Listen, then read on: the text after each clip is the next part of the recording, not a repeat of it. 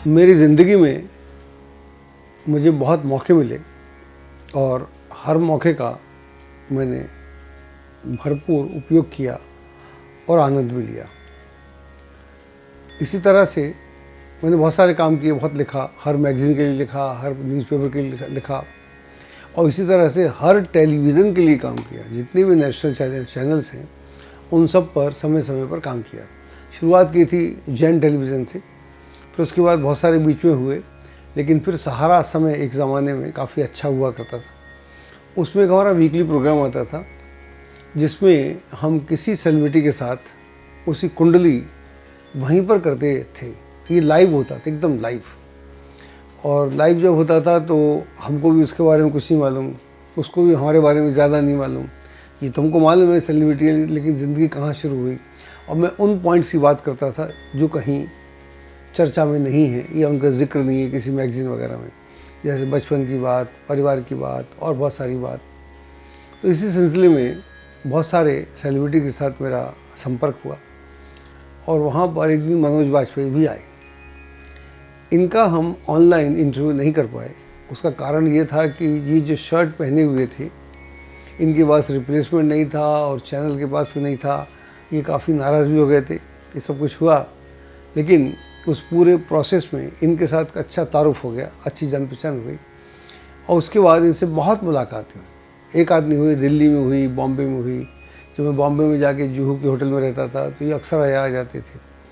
तो बड़ी लंबी लंबी बातें होती थी, फिल्मों की बातें होती थी, ज्योतिष की बातें होती थी और कई बातें होती थी। तो एक बड़ा अच्छा खासा संपर्क बना। और जाहिर है हर किसी का इंटरेस्ट होता है। उस समय इनका कैरियर लीन चल रहा था। मैं आपको बात बता रहा हूँ 2004 की। इनका कैरियर काफ़ी लीन था, तो काफ़ी सालों तक हमारी मुलाकात रही। और फिर मैं इनसे बोलता था कि जब आपका गुरु की दशा आएगी तब दोबारा से कमाल होगा। उससे पहले ये भीखू महात्रे के रोल में सत्या फिल्म में कमाल कर चुके थे। इनको अवार्ड भी मिला था। ये उनकी पहली ज़बरदस्त मूवी थी जो मुंबई के वो जो अंडरवर्ल्ड के ऊपर थी। तो आज हम इनकी कुंडली की बात करते हैं। जैसा कि हम आपसे अक्सर बोलते रहते हैं, एक ग्रह कौन सा होता है कुंडली में जो आपको ज़मीन से आसमान तक पहुंचा देता है और कई लोगों को आसमान से दोबारा ज़मीन से नीचे पटक देता है। तो कुंडली का बात करते हैं, क्योंकि कैरियर की बात तो बहुत सारे लोग जानते ही हैं, लेकिन फिर थोड़ी सी बात करूँगा मैं। लेकिन जो इनकी कुंडली है, कुंडली इनकी सिंह लगन की है, ये तो मुझे याद ही है। और सिंह लगन में तो कुछ नहीं है। द्वितीय में चंद्रमा है और पंचम में, सप्तम में ये शनि है, अष्टम में मंगल है और नवम भाव में सूर्य है, बुध है, गुरु है, दशम में शुक्र है और एकादश में राहु है। तो यह इनकी कुंडली है। तो यहाँ पर इनके जीवन के बारे में आप लोग जानते होंगे, नहीं तो मैं आपको बता दूँ। ये चंपारण डिस्ट्रिक्ट का जो एक छोटा सा गांव था बेलवा, उसमें पैदा हुए थे किसान परिवार में। और शुरू से ही ये एक्टर बनना चाहते थे और 17 वर्ष की उम्र में ये फिर दिल्ली आ गए थे। घर की स्थिति बहुत अच्छी नहीं थी। इनके फादर फार्मर थे, किसान। माँ तो जैसी होती है सबकी, वो हाउस वाइफ थी। तो वहाँ से ये आए, फिर दिल्ली में यहाँ पढ़े। उसके बाद इन्होंने चाहा कि मैं नेशनल स्कूल ऑफ ड्रामा में मुझे एडमिशन मिले, क्योंकि उससे पहले उसमें बहुत उम्दा कलाकार ओमपुरी या नसरुद्दीन शाह आदि उसमें से ट्रेंड हुए थे। तो 3 बार इन्होंने अप्लाई किया और तीनों बार रिजेक्ट हुए। तो उसके बाद ये कहते हैं, लिखा भी है इन्होंने, कि he wanted to commit suicide, मतलब जीवन ख़त्म करना चाहते थे। आदमी इतना निराश हो जाता है। तब मैं इनको नहीं जानता था, ये पहले की बात है। फिर इन्होंने एक द्रोणकाल में 1 मिनट का काम किया था और उसके बाद में बैंडिट क्वीन में इनको मान सिंह का रोल मिला था। उससे इनकी पहचान बनी और पहली ही फिल्म में लोगों ने नोटिस कर लिया था। हालांकि फूलन देवी जो थी बैंडिट क्वीन, फूलन देवी की जीवन पर थी, वो फिल्म तो इंटरनेशनल थी, उसमें इनके रोल को बहुत सराहा गया था। वहाँ से फिर इनको भीकू महात्रे का रोल मिला। उसके बाद और 3 फिल्में की, एक दौड़ की, रोड की और भी कुछ की, लेकिन बहुत ज़्यादा चली नहीं। फिर इनसे हमारी मुलाकात होती है। तो इनका जो एक ग्रह है उसकी हम बात करते हैं। और एक और बात बता दूं, इनको 4 तो नेशनल अवार्ड मिले हैं और शायद इतने ही फिल्म फेयर अवार्ड मिले हैं। तो मतलब अवार्ड्स की झड़ी लगी हुई है। मतलब जब भी कोई अच्छा काम करते हैं, और इनको जो लोग जानते हैं, जो एक्टिंग में पारंगत है, समझते हैं लोग, जो इस कला को समझते हैं, तो बोलते हैं कि इस मेथडोलॉजी का एक्टर, मेथड वाले एक्टर हैं। तो सबसे पहले दिलीप कुमार के बारे में ऐसी बात बोली जाती थी कि वो मेथड, उनकी एक्टिंग एक मेथड है। तो इनकी एक्टिंग में मेथड है। और जो इनके चाहने वाले हैं या क्रिटिक हैं, वो बोलते हैं कि मनोज वाजपेयी बिना कुछ कहे बहुत कुछ कह जाते हैं। तो आपने इनकी बहुत सारी फिल्में देखी होंगी। तो यहाँ से हम एक ग्रह की बात करते हैं, फिर इनके जीवन की चर्चा भी होती रहेगी। इनका जो गुरु है, होना तो और कुछ चाहिए, लेकिन मेरे हिसाब से इनका जो गुरु है कुंडली का, वही इनका एकमात्र ग्रह है जो इनको जीवन में बहुत आगे देता है। हालांकि गुरु की जो डिग्री है 9 डिग्री है, साथ में सूर्य है, तो निश्चित तौर पर वो अस्त है। अस्त है इस कारण से जीवन में तरक्की तो मिली, और तरक्की मिली जैसे 1-2 फिल्म की लोगों ने बहुत सराहा, इवन 1 मिनट की फिल्म में इनको सराहा गया। हालांकि इन्होंने टेलीविज़न भी किया और भी बहुत सारे काम किए, लेकिन 1 मिनट की फिल्म में अगर आदमी नोटिस हो जाए, और ये बहुत बड़े डायरेक्टर की फिल्म थी। उसके बाद शेखर कपूर ने ये उसमें लिया बैंडिट क्वीन में। तो इतने बड़े लोगों के साथ काम आदमी तभी कर सकता है कि जब उसमें कोई खास बात हो। और जब गुरु आपका ग्रह हो, जुपिटर आपका ग्रह हो, तो सबसे पहले गुरु की खास बात क्या है, बृहस्पति की खास बात क्या है। बृहस्पति हमारे ज्योतिष में गुरु है, सबका गुरु है, सब शुभ ग्रहों का गुरु मानते हैं। तो गुरु आदमी कब बनता है? गुरु बनने के लिए उसको जानकारी होना चाहिए, वो ज्ञान से भरपूर होना चाहिए, अपने काम में पारंगत होना चाहिए।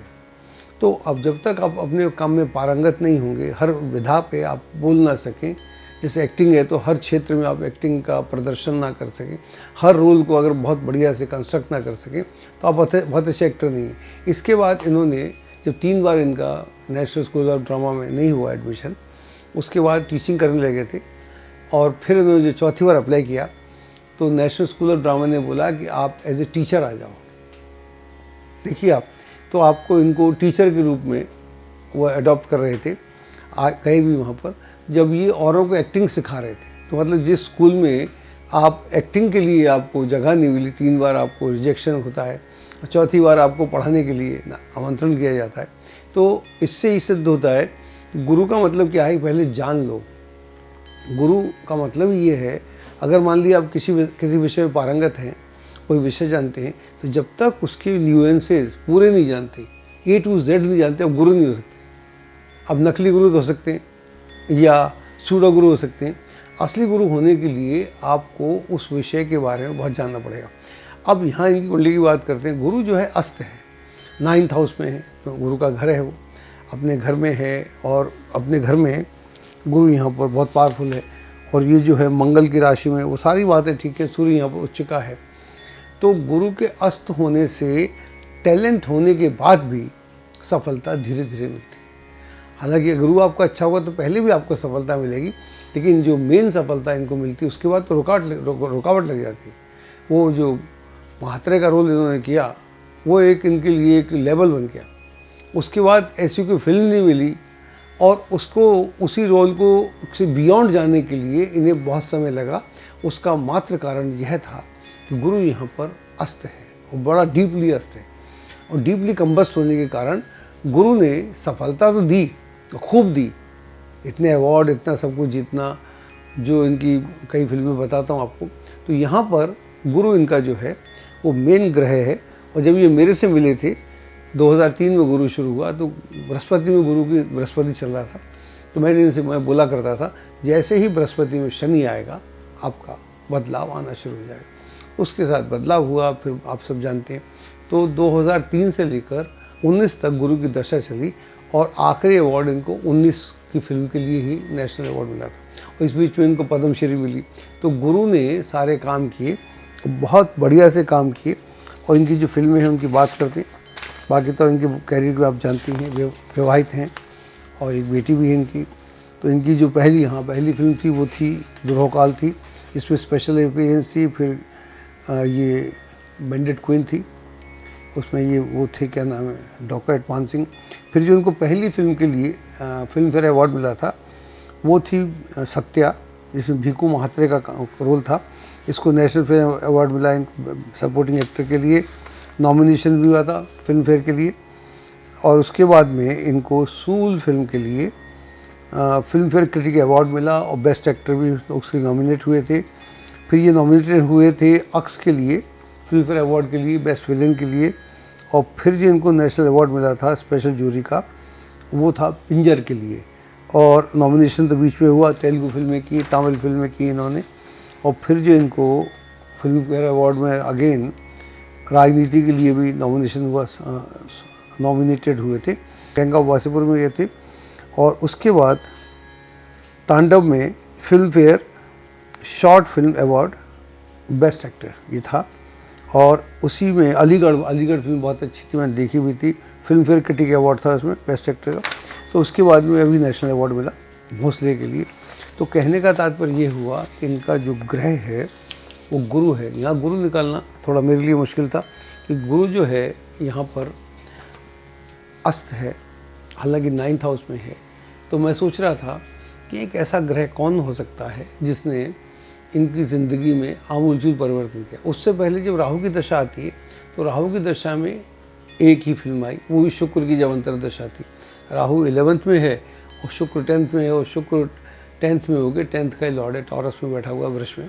तो उसका करना, अच्छा फिल्म लाइन ही है, लाइन ही वो है, तो उस लाइन में उसको उनकी मदद करना तो ज़ाहिर करना चाहिए।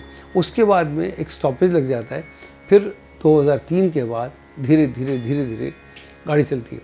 एक दिन मैं इनसे बात कर रहा था ऐसी, मैंने कहा मनोज जी, ये जो आपकी आँखें हैं, ये आँखें तो सब क्या बहुत अच्छी हैं, अलग बात है, लेकिन इसके ऊपर आपने क्या किया हुआ है, आँखों के साथ क्या किया हुआ है। तब उन्होंने मेरे को बताया कि मैंने अपनी आँखों के साथ बहुत प्रयोग किए हुए, तो मैं किसी भी स्थिति में अपनी आँखों को बदल सकता हूँ। और इनकी जो एक्टिंग अगर आप जानते हैं तो आँखों से हो जाती है, बोलना भी नहीं पड़ता, तो आँखों से हो जाती है। और कम एक्सप्रेशन से बहुत इम्पैक्ट डालते हैं जो लाजवाब है किसी भी फिल्म में। और हम देखते रहते हैं कि गैंग ऑफ वासेपुर में, उसमें इन्होंने 4-5 किलो वज़न घटाया और बहुत अच्छे रोल है। जो भी रोल करते हैं तो ऐसा लगता है कि ये रोल शायद इनके लिए बना है।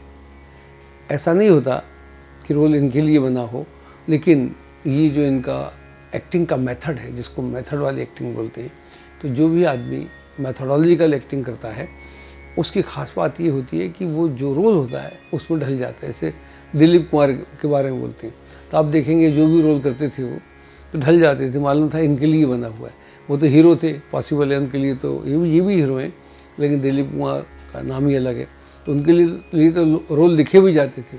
इनके साथ ऐसा मैं नहीं समझता, अब होता हो, पहले नहीं होता था, लेकिन उस रोल को जो लिखा गया है ऐसी इमेजिनेट करके, उस इमेजिनेशन में अगर आप इतना अच्छा करें कि पूरी दुनिया आपकी वाह करने लगे और जो भी बेस्ट अवार्ड है वो आपको मिलें, तो कमाल है।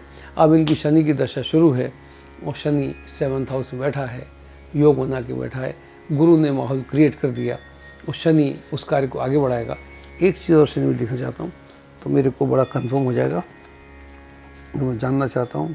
ठीक, तो शनि यहाँ पर बढ़िया है राहु के नक्षत्र में, और राहु का संबंध उससे है, अश्वनी से है। तो इस शनि की दशा में जो इनकी प्रकृति है उसमें 4 चांद लगेंगे और हम इनको और अपनी ओर से भी शुभकामनाएं प्रेषित करते हैं। एस्ट्रोलॉजी की सटीक जानकारी के लिए विश्वविख्यात एस्ट्रोलॉजर अजय भांबी के YouTube चैनल ABC चैनल को सब्सक्राइब, लाइक और शेयर करें। लेटेस्ट अपडेट के लिए बेल के बटन पर जरूर क्लिक करें।